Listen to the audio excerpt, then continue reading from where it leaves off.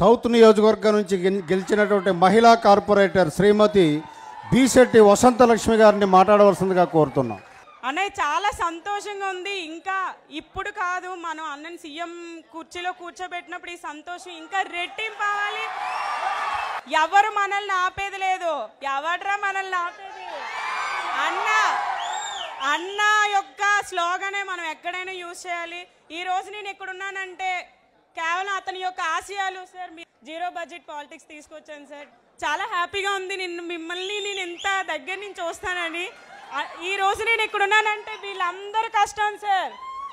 ఇక్కడ నా 50 మంది వేరే మహిళలు, నేను ఒక్కరిదాన్నే కాదు సార్. వీళ్ళందరూ కష్టం. ఈ రోజు నేను మా భార్య భర్తలు ఇద్దరం గెలిచాం సార్. టీవీఎంసీలో ప్రతి ఒక్కరు భయపడతారు సార్. మా ముగ్గురు వెళ్ళామంటే జనసేన వచ్చిందిరా, ఏదో పట్టుకొని వచ్చారా, ఎలా ఉంటుందిరా, ఏం చెయ్యాలిరా, వాళ్ళకి ఏ థాట్ ప్రాసెస్ కూడా అర్థం కాదు సార్. అలా ఉంటుంది సార్. జీవీఎంసీలో కౌన్సిల్ మీట్ అయిందంటే మా గలం అలా వినిపిస్తాం సార్, కేవలం మీ యొక్క ఆశయాలతోనే సార్. నాకు 2 చిన్నపిల్లలు సార్.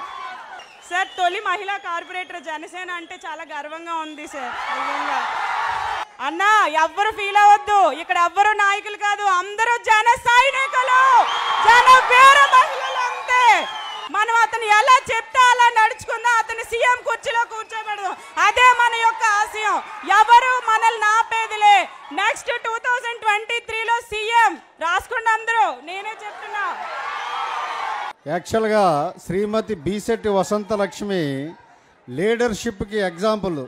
మొన్నటి వరకు అవతల ఎండలో ఉండేది ఆమె, ఈరోజు నాయకురాలుగా ఇక్కడికి వచ్చారు. It is a hope to all of జన సైనిక్స్. మనకి త్రిశూల్ అనే ఒక క్షిపణి ఉంది.